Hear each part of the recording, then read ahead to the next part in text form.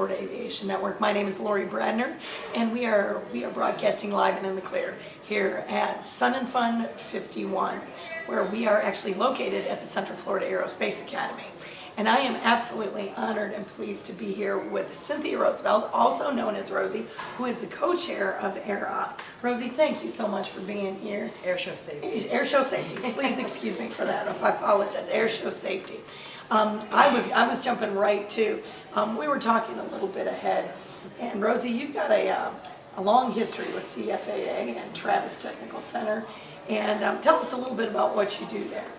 I am the program coordinator for both the high school, where they get their general, and then also the adult program for Travis, where the high schoolers come from getting their general here at high school, then they finish out the program at Travis, and it's right across the street. And that's where for AMPs, Airframe and power plant. Awesome. And I want to ask you, because I know they get their start here, and they learn a lot about the mechanics of the airplane, and they learn a lot about how the airplanes work. You mentioned something that piqued my interest. There's a big difference between the mechanics, building an airplane and building a mechanic. So can you touch on that a little bit for me? There is a difference, but it's a similarity as well. We build our mechanics like people would build their airplanes. We start off with the basics, the theory, the design, the idea. Right. That is all general. That's Okay. getting that foundation, the physics, the math, Right. the weight and balance, building fluid lines, fitting, stuff like that. It's all the basics, and that's the design idea. In fact, aircraft drawings, it goes right with that. We have to teach them that. And then we go into the airframe portion, which is the airframe itself. It's the structures. We always cover the structures first, the metallic and the non-metallic structures. And then we go into the flight controls. We're building that, but after that we have to rig that. So now we're adding all the cables and stuff like that on the inside of the aircraft. And then we make sure that they're all the right tension, that they're acting the right way. And then we start adding in all the other systems, the hydraulics, the landing gear, the brakes, all the power units, and depending on the technological advances of the actual aircraft, we're putting in other systems that are electric and electronic stuff. That's the last stuff. Those bundles go in, and then the furnishings go on, and then the aircraft is launched out the hangar. Well, building a mechanic is basically that same thing. Is if you run your program the way an airplane is structured, you're actually building the mechanic along with it. And I use the whole simile of how closely related that aircraft is to the mechanic. Yeah. The aircraft has a bone structure and has a skin just like we do. The aircraft breathes, it eats, it moves, everything can be equated to a part of the body, and it gives the student a better connection with the aircraft. Awesome. So if they care about themselves, which 99% of people do, then they're going to care about that aircraft a lot more if they think about it as that they are actually the aircraft. It reacts and moves and the whole 9 yards the way a mechanic does. Rosie, what's your background? My family has been in aviation. My Okay. great-great-granduncle was the first president to ever fly. My grandfather's cousin was the first president to fly while in office. My grandfather flew the president of GE and so their first executive planes, which is converted B-23, DC-3. Yeah. And then he bought an airport in upstate New York where he taught his sons how to fly and had to teach them how to build the aircraft first before that. Right. Let's see, my uncle flew for Eastern Airlines, and then after his career there was over, was building carbon cups, and was closely related with the carbon cup industry Okay. here at the company. We were authorized factory assembler in there. Okay. My uncle and my cousin later on in life, but my uncle, he's been going to Sun and Fun since before Sun and Fun was the actual air show, and it was just With the launch chairs. fly-in. Yeah. Yeah, And it was just the launch the chairs original on the fly-in, yeah. right? Yeah. And so I've been coming to this as much as I possibly can through my years, and my father brought me in when I was really young, and my grandfather said, well, if she's going to be sitting around here, she's going to be doing something. So he was the very first person to ever treat me like a mechanic, not a male mechanic, not a female mechanic. I'm just a mechanic. So Yeah. I started sweeping the floors and then worked my way up to sanding aircraft, and then you work your way up. Right. You have to prove yourself in this industry. That's amazing. Yeah, and so I had to spend my young years doing that. So I kind of laughingly say that it's in my DNA. It is. And then when I grew up, I joined the United States Navy. I was the Thank first. you. You're welcome.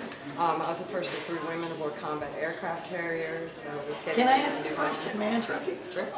With all of the airplane, with everything with air, it being in the air, why the Navy instead of the Air Force? It may be a rudimentary question, but I'm interested. It is. Most of my family was in the Air Force. Okay. My grandfather, Army Air Corps. But I saw an advertisement that said, join the Navy, see the world. So I was like, oh, I'm all for that. That's me. Yeah, and I got to do a lot with the Navy and see a lot and experience a lot. And I can't thank the Navy enough for what they actually gave for me. What they took from me was a lot less than what they gave me. Thank you again for your service. Now, how long have you been at Travis? I've been at Travis since 2018. Wow. Yeah, I've taught in 3 different programs, 2 of them for-profit programs, Okay. and then Travis, which I prefer it being the public, because where those for-profit schools are charging $50,000 to $70,000, sometimes $100,000, our tuition is $13,000, just a little over $13,000. So we're To get everything that they're giving them, we're Right. giving them the same and even more. Right. Because we are a smaller school, we cap out at 100 students, and we are just shy of that right now. We have both a day and a night shift. Okay. And so, What's your teacher-student ratio? it's always 20, no more than 25. No Perfect. more than 25. Perfect. Yeah, it'll never be more than that. And Yeah. Travis will never have more than 100 students, which is why when we register students, they come in droves right there at the beginning. We close out. We're the first program over at Travis to close out usually. Wow. Yeah, and we do it in like days. We already have. Yeah, We yeah. got- And a waiting list. A lot of competition. That's Yeah. awesome. Yeah, yeah. No, that's awesome. Now, one of the things, obviously, you're the co-chair of Air Show Safety. At Florida Aviation Network, we promote safety. Talk to us a little bit about that, and how did you get involved with that aspect? And then, My other hat. and then were you then voluntold to be the co-chair, or how did that work? I was asked. They need you. Go ahead. No, sorry. If you, no, you're co-chair of Air Show Safety. If you need to take the call, take the call. No, I It's just all noticed good. it wasn't called my girlfriend. I've been working around here, and everybody's been was starting to notice what I was doing, the improvements I was making on the school and Yeah. stuff like that. And word got to our chairman, Mr. Bill Wheeler, about it, and he contacted me because another friend of mine was on the air show safety side, and he also recommended me. And they just asked me, they were like, you want to come start doing inspections and stuff? And I had to be here anyway. Right. So I was like, sure, I'll do that. And I ended up moving my trailer here because Sun and Fun was so gracious to give me a spot, because this year I had to not only take on a full-time class, but I also still am responsible for the coordinator position. And I have new instructors at night that haven't gone through some of our more complicated projects. Right. Or not structure mechanics, because if you don't work structures, you don't really know it. So you need help with that. So part of my job is to train them on how to do that. So I will take over the class for that night. So you work and have here by them work. day and then go there at night? I work here for the show just usually by day, and they give me the nights off, but I usually go around for safety purposes, Just to do observation that. stuff. But during my normal working year, I'll have to train them as I am teaching the other class. Wow. It's the only chance that I really have to do it. So I live about an hour and a half away, Okay. and Sun Fun was very gracious to provide a campsite for me so that I could bring my trailer here. And so when I'm there for late nights, I can just go there for the night, and I can be back early for my class instead of driving all the way home, because Sun and Fun is all about safety as well. Exactly. Well, I know obviously you got a call. I don't want to hold you up. Is there any last thing that you want to mention or say? Or obviously we're at Sun and Fun 51. We're turning up the fun as well as the safety. But is there any words of advice, any shout out to Travis, anything you want to say while we close out? Okay, words of advice, water and sunblock, Okay. a must. A shout out, I want to do a shout out to the Mooney Anomaly. He worked very, very hard on that aircraft, and they've got some really good things going over there. Nice.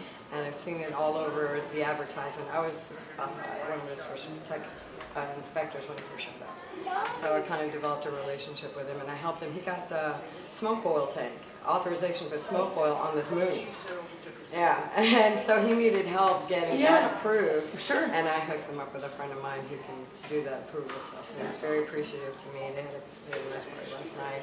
All the inspectors, they're doing an incredible job, from the chairman all the way down to our new guys. Everybody's been joining on the spot. We're ahead of schedule for the inspections. So they're really kicking the butt out there. Awesome. And everybody else, just have a good time. That's what we're here for, you know. Keep it safe and enjoy the show. Well, Rosie, I want to say thank you for stopping by Florida Aviation Network. And it was so nice to talk to you. You are so fun. You are absolutely fun. You are a great interview. You are motivational. You're fun. And I know as a teacher, you're a gift to your students. So I want to say thank you for your passion and the love of what you do, because it's palpable. And that's awesome. So thank you for coming. And I know we've got to let you get to that phone call. But my name is Lori Bradner. I'm with the Florida Aviation Network. We're broadcasting live and in the clear. Sun and Fun 51, where we're turning up the fun.